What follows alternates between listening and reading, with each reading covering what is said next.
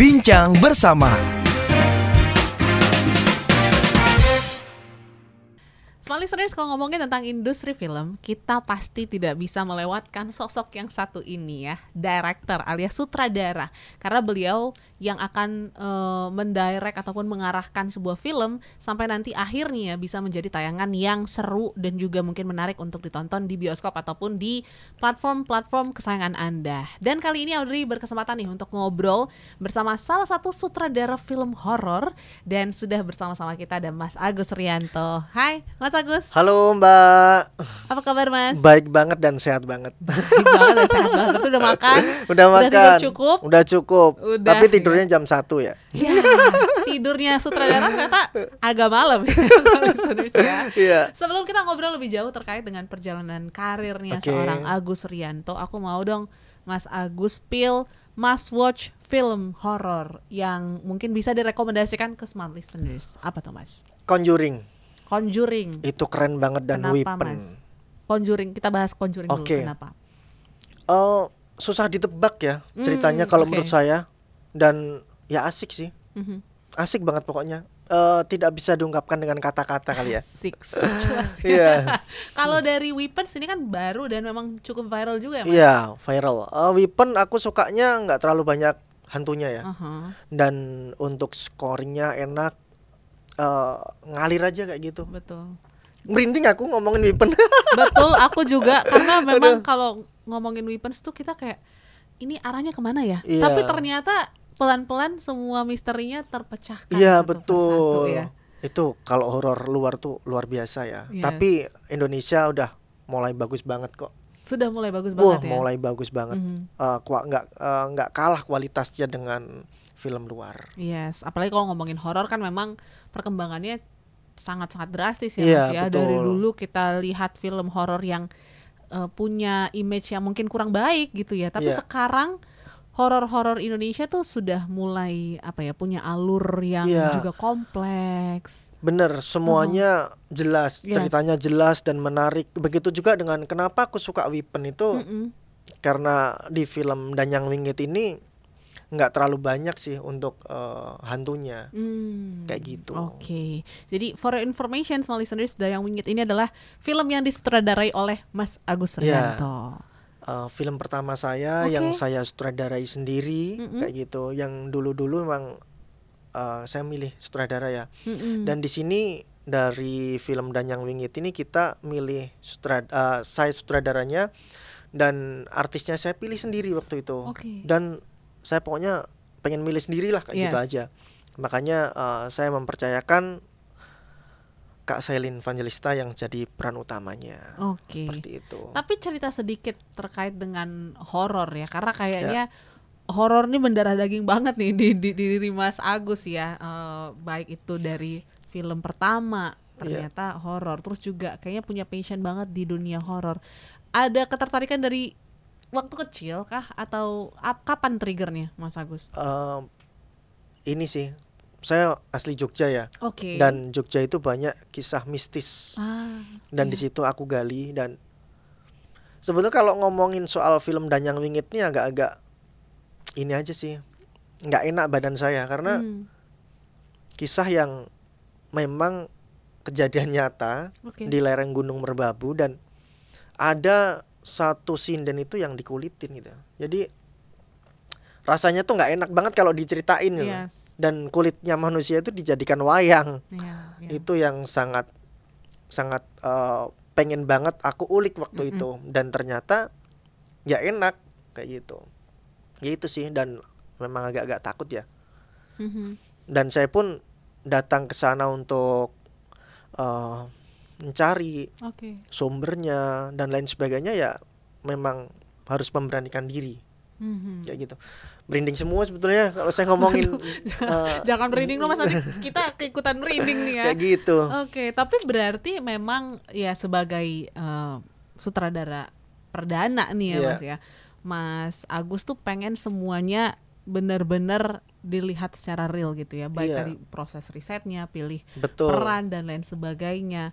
Apa sih tantangan menjadi sutradara pertama ya Mas untuk film perdana? Ya mungkin juga pasti ekspektasinya ini cukup besar juga nih untuk Mas Agus. Kalau tantangannya banyak ya, karena film-film di Indonesia sekarang memang udah bagus semua. Dan kita harus memperhatikan continuity juga. Oke, betul. Dan kita juga harus memperhatikan cerita. Kalau cuma dar-der-dor gitu, kalau ceritanya nggak kuat juga percuma, seperti itu. Dan sedangkan di film Danyang Wingit ini nggak banyak hantunya, jadi lebih susah menurut saya daripada film horor yang banyak hantunya nih.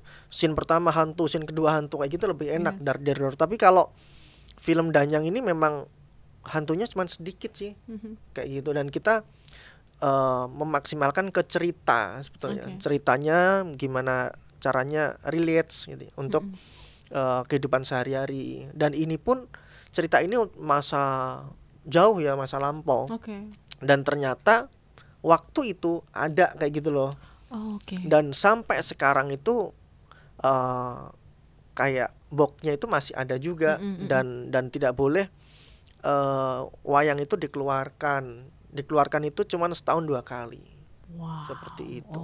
Tapi mungkin kita boleh cerita dulu ya Mas, terkait dengan gambaran kasarnya lah ya, cerita Danyang Wingit yang mungkin juga Mas Agus dapatkan ya dari wilayah sekitar Merbabu sendiri. Apa yang pertama kali Mas Agus dengar dan tertarik untuk bikin film ini? Pertama sih lihat dengerin YouTube kayak gitu. Kok menarik sih? Apa sih ini? Terus ada podcast juga di situ. Di Sepil boleh ya namanya, boleh. Di Nadia Umara waktu itu. Terus banyak juga di podcast yang lainnya, di YouTube yang lainnya tuh banyak banget. Dan di situ mencoba aku gali. Dan di situ aku ketemu dengan Mas Dirmawan Hatta selaku penulis. Takut duluan pertama aku ketemu, gila, mukanya serem gitu kan. Gondrong semua tuh, rambutnya gondrong, ini gondrong. Keren juga ini apa ya gitu kan. Terus ngobrol, ternyata juga Hello Kitty juga dia.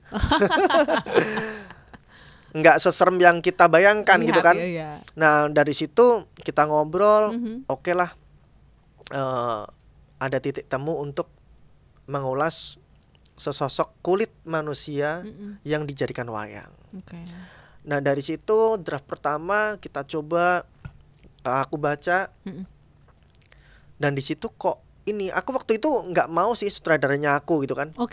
Aku akan cari sutradara, tapi dari situ cari susah banget, nggak nemu. Dan teman-teman tim itu bilang Pak Agus aja gitu. Lah kenapa? Aku bercerita. Waktu itu di Jalan Solo ya, rumahku kan di Jogja. Nah aku kayak orang gila Mas. Jadi ketika di kamar gitu kan, ini kejadian yang nyata ya sebenarnya. Di kamar mau tidur itu bayangan-bayangan di situ banyak banget yang hantui saya tuh. Sampai aku ketakutan aku. Mungkin kayak orang stres ya. Dan di situ itu satu. Itu siang Mas, bayangin. Siang tapi ada bayangan. Bayangan di depan. Itu kayak orang gila beneran aku. Terus yang kedua, malam itu susah banget. Bayangan di dalam otakku tuh ada adegan dan adegan. Sampai saya tuh jalan, waktu itu di Jalan Solo, itu mau nabrak rantai pembatas ya gitu. Dan itu langsung aku rem. Aku rem kayak kayak orang kayak gitulah. Makanya hampir aku atau cari obat lah kayak gitu kan. Tapi teman-teman bilang enggak, itu udah menyatu Pak, kayak gitu. Tetap Bapak yang akan direct, udah gampang Pak, kayak gitu. Dari situlah aku memberanikan diri untuk menjadi sutradara. Dan berat sih. Tapi ketika selesai penyutradaraan, hilang semua di dalam otak saya itu. Adegannya hilang, gore-nya hilang, orang yang diseret, dijambak, sampai dikulitin itu akan hilang semua. Gitu sih, aku merinding juga. Aku soalnya mengingat itu mengingat itu lagi gitu. Makanya aku tanya sama teman-teman, kenapa sih harus kayak gini? Kenapa di dalam otak aku tuh harus ada adegan-adegan gini gitu? Ya contohnya gini ya, orang yang menjiwai peran itu akan bisa masuk di dalam tubuhnya. kayak gitu. Contoh-contohnya udah banyak dan itu pun bisa bunuh diri juga kayak gitu. Makanya hati-hati ketika seperti itu, udah habis itu kamu keluarkan dengan pelan-pelan.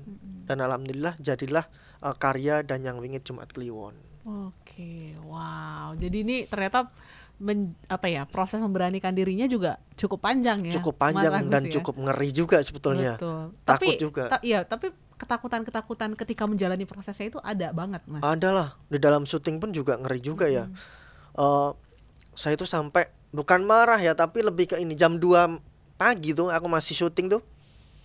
Aku kira kan jam 7 ya, jam 7 kok ada anak-anak nangis ya kayak gitu. Aku cut. Tolong dong lokasi yang bener dong kayak gitu. Kan ini udah baru jam 7 ya, bilang gitu kan. Tolong yang punya anak kecil, kita kan baru syuting. Katanya udah clear, kalau udah clear ayo gitu kan. Nah, ternyata di situ jam 2, Kak. Jam 2 banyak banget anak-anak nangis. Aduh. Gila itu. Habis itu berikutnya aku diketawain tuh.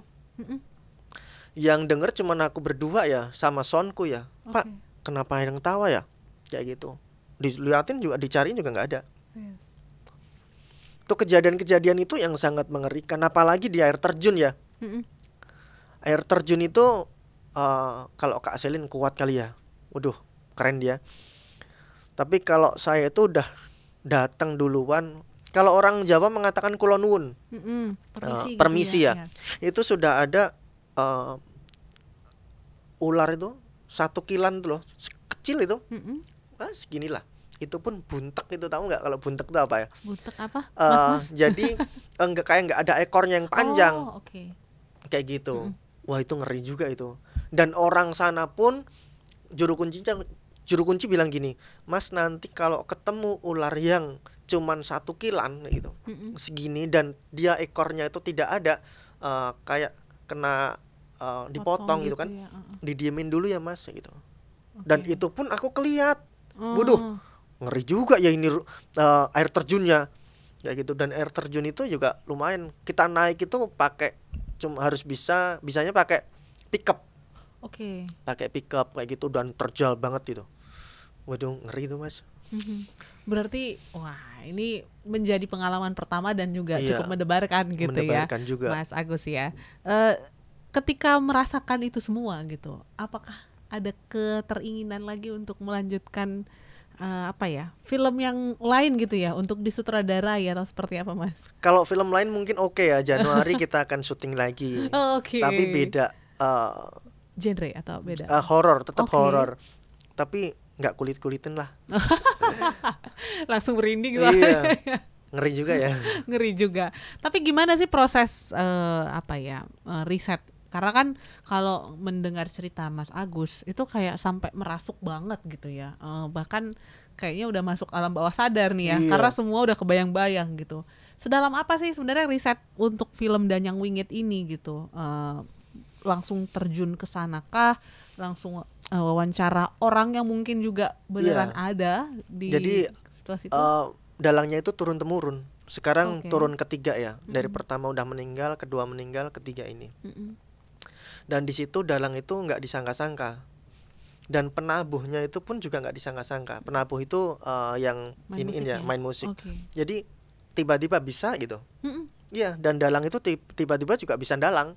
Dia orang awam, tapi bisa dalang. Nah, itu keajaibannya di situ. Dan risetnya sangat panjang ya. Jadi memang kita ngulik di Pak Dukuhnya, terus sesepuh di sana, juru kunci dan lain sebagainya.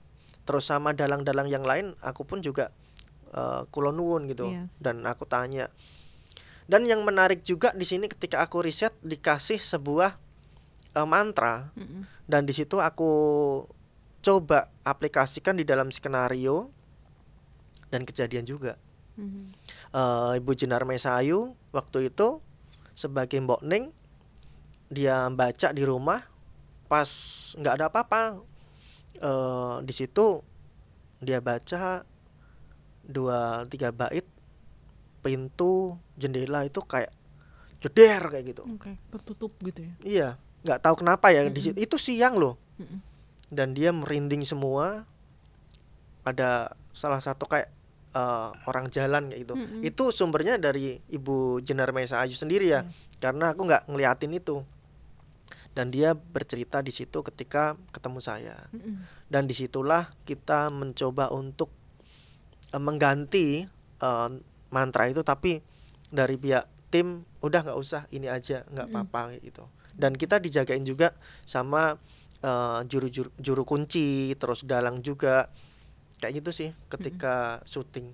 Oke, wow. Jadi memang banyak elemen-elemen yang harus diperhatikan ya untuk mensukseskan film ini. Jadi harus hati-hati sih kalau menurut saya kalau untuk syuting ya, apalagi horor dan lokasinya itu memang yang wingit gitu kan, yang memang horor tempatnya. Hati-hati sih, harus kulonwun juga. Betul. Jangan sampai sembrono gitu kan, sembarangan, bahaya. Iya, karena itu tradisi kita juga sebenarnya gitu ya.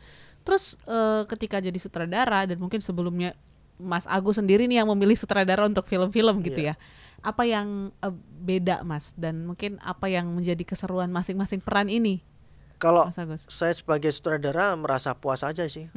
Puas karena apa yang di dalam pikiranku, otak saya itu bisa tersalurkan semua. Kayak gitu. Dan waktu pengeditan juga pun udah jadi tuh. Udah jadi, saya tonton sampai 10 kali tuh kok nggak enak ya gitu. 10 kali? Ya 10 kali dalam film kok kurang enak ya. Terus aku udah dapet tanggal tayang tuh Kak. Wah keren banget nih. Dak-dik tuh kan. Terus aku memberanikan diri, aku bilang sama tim, aku harus merubah editan ini. Udah aku edit dan aku rubah, dan aku tambahin 1 editor lagi. Kayak gitu, dan jadi alhamdulillah. Dan lebih enak dan lebih enak aja sih menurutku. Alurnya lebih enak. Tapi ya dak-dikduk aja karena udah ada tanggal tayang ya. Kayak gitu Kak. Yes, tanggal tayang di tanggal 20 November di seluruh bioskop Indonesia. Yes. Nah, pemeran-pemerannya juga ini luar biasa nih ya, Mas Agus. Kalau bisa kita lihat tadi ada Selin, ada Mbak Jenar juga yang sudah sangat senior gitu ya, dan lain-lainnya, ada Fajar juga. Gimana sih proses pemilihannya gitu? Karena kan pasti idealisme seorang sutradara yang pertama, dan juga Mas Agus sendiri nih yang tahu banget gimana peran-peran ataupun karakter di dalam film ini seperti apa? Jujur ya, ini jujur aja ya. Di awal teman-teman nggak mengizinkan saya untuk memilih Kak Selin Evangelista sebagai peran utama. Boleh banget sih yang kamu pilih, gitu katanya. Oke, kan ini Jawa banget. Kan ini gitu Jawa, ya? Harusnya kulitnya agak-agak sawo matang. Ya, sawo matang lah, kayak gitu. Tapi bukan sirsak ya.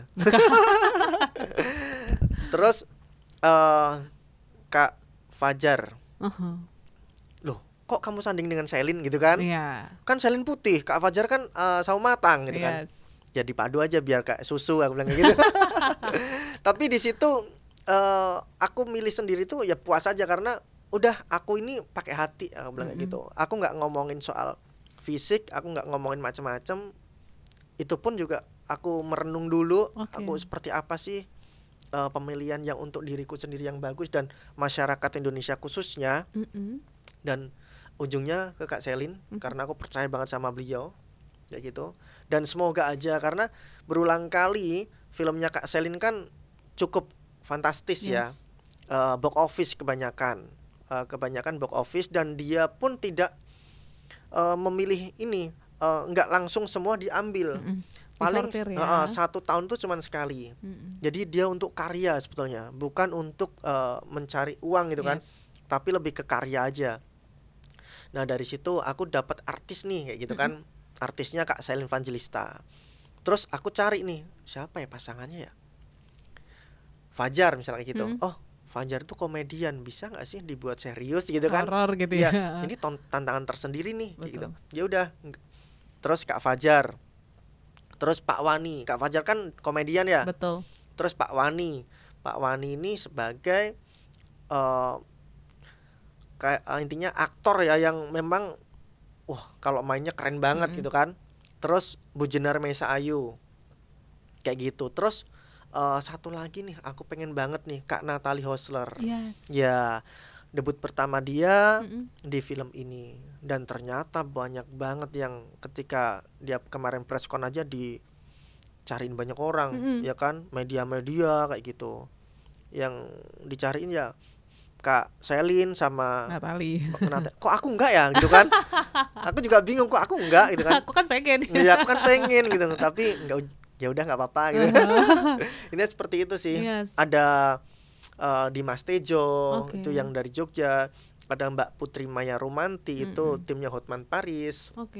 Terus Mas Angga Wijaya kayak gitu. Dan yang jadi adiknya Kak Selin tuh namanya Dewi tuh anak saya. Kenapa yakin untuk menaruh anak ya di project ini? Karena kan pasti masih cukup. Umur berapa Mas anaknya? Umur berapa ya? Waktu itu umur 10 tahun kali ya? 11 ya? 11 tahun ya, masih 11 cukup tahun. muda nih. Dan diajak filmnya yang cukup gore dan horor nih. Gimana tuh? Ya tantangan tersendiri di situ. Yang kedua, memang anak-anak saya itu main YouTube. Ya kayak gitu, ada main YouTube, semua main YouTube. Jadi lebih enak untuk mengarahkan aja. Kayak gitu. Dan yang paling sulit itu di titik terakhir ketika dia pengen sekolah. Jadi 2 jam dia nangis pengen sekolah, dan ujungnya aku bilang nanti dulu ya 5 menit ayah, take ini kamu habis itu sekolah kayak gitu. Wah, habis nangis-nangis. Oh, ternyata pas di situ scene-nya nangis-nangis juga. Aku senang banget itu. Pas banget iya sama Kak Selin gitu. Ya udah kayak gitu aja Kak. Jadi memang cukup unik ya proses pemilihannya. Unik banget kalau ini. Untuk Danyang ini. Beda dengan yang Surga Menanti waktu itu. Kalau Surga Menanti kayak nyantai gitu kan, karena drama juga. Tapi kalau ini kok agak unik ya gitu. Betul. Dan memang kayaknya pemilihan karakter cukup tepat ya. Apalagi aku tadi highlight nonton trailernya Fajar di situ tuh benar-benar ini Fajar bukan ya gitu. Iya. Dengan auranya yang cukup mistis dan horor banget gitu ya. Dan itu pun agak berulang kali juga di take karena Sunda ya. Iya. Loketnya harus Jawa ya. Iya, harus Jawa. Sunda gitu. Sundanya masih mendok gitu kan. Nah, aku minta Jawanya yang mendok dong. Gitu. Tapi ya berulang kali nggak apa-apa lah, yang penting asik gitu. Tapi kan itu juga uniknya ya. Kayak Selin, terus juga Natali, ini kan juga tidak, mungkin latar belakang Jawanya juga cukup kurang gitu ya, budayanya gitu ya. Gimana cara Mas Agus sendiri untuk membantu mereka nih masuk ke dalam perannya masing-masing dan memperkuat value film ini? Kan memang latarnya tentang budaya Mas. Terutama nyinden ya. Iya betul. Wah, itu lumayan itu. Ya, tapi kalau memang ini sih alhamdulillah udah bisa semua ya, maksudnya profesional lah ya. Profesional, tapi ya belajar terus kayak gitu. Dan kejadian-kejadian itu pun juga ada ketika mereka nembang. Nembang, Karena nembang itu memang sesuatu yang sakral ya. Yang apa ya? Ya susah sih sebetulnya, tapi kan dari situ tembangan kan beda ya. Memang dari kayak Hung Sukmo Purbaneng Jati gitu kan. Itu kan orang-orang mungkin orang awam nggak tahu ya itu apa. Artinya, itu kan ya. Itu bahasa kuno sebenarnya. Gitu sih. Ngeri juga, berat sebenarnya. Merinding. Dan pastinya juga dari proses yang panjang ini gitu ya Mas Agus juga tadi bilang 10 kali loh nontonnya sampai tambah editor lagi gitu ya untuk menyelesaikan satu film Danyang Wingit Jumat Kliwon ini. Apa akhirnya perasaan yang muncul setelah semuanya selesai dan menunggu tanggal 20 November nanti Mas? Lega dan dak-dikduk ya. Dak-dikduk seperti apa tuh, boleh didefinisikan Mas? Kalau aku sih yakin dengan film kita, apalagi pemain-pemain kita. Tapi kembali lagi ke masyarakat ya, semoga aja masyarakat mau menerima dan happy dengan film kita, mau nonton kayak gitu. Gitu sih. Kak. Betul. Dan harapannya juga memang teman-teman bisa melihat kebudayaan wayang ini betul. Ya. Itu yang kita utamakan ya. Wayang itu kan sudah kayak terkubur gitu kan. Kalau sama orang-orang kota kayak gitu. Jadi ayolah lihat wayang itu dan budaya itu ternyata asik loh. Ternyata bagus banget kayak gitu. Dan mungkin jangan diibaratkan soal untuk potong-potongan kulitnya gitu kan. Tapi itu kan dulu. Kalau sekarang kan enggak. Udah enggak lagi. Iya, seni lah yang kita utamakan, budaya gitu. Oke, jadi terakhir boleh diajak teman-teman untuk nonton Danyang Wingit. Silakan Mas Agus. Oke teman-teman semuanya, seluruh masyarakat Indonesia, alhamdulillah Danyang Wingit Jumat Kliwon itu akan tayang tanggal 20 November di seluruh bioskop Indonesia. Semoga Danyang Wingit ini akan baik buat teman-teman untuk ditonton dan ada edukasi yang harus menyenangkan gitu kan, menyenangkan untuk teman-teman semua ya. Oke. Terima kasih teman-teman, semoga Danyang Wingit Jumat Kliwon bagus. Amin. 20 November 2025 di bioskop kesayangan Anda. Langsung saja disaksikan bersama dengan keluarga ataupun orang-orang yang Anda sayang. So thank you Mas Agus. Matur nuwun. Matur nuwun. Semoga sukses dan lancar. Apalagi kita tunggu film-film berikutnya di Januari ya katanya ya. Sampai ketemu lain waktu, Small Listener. Sampai jumpa dan sukses untuk Anda. Makasih. Bincang bersama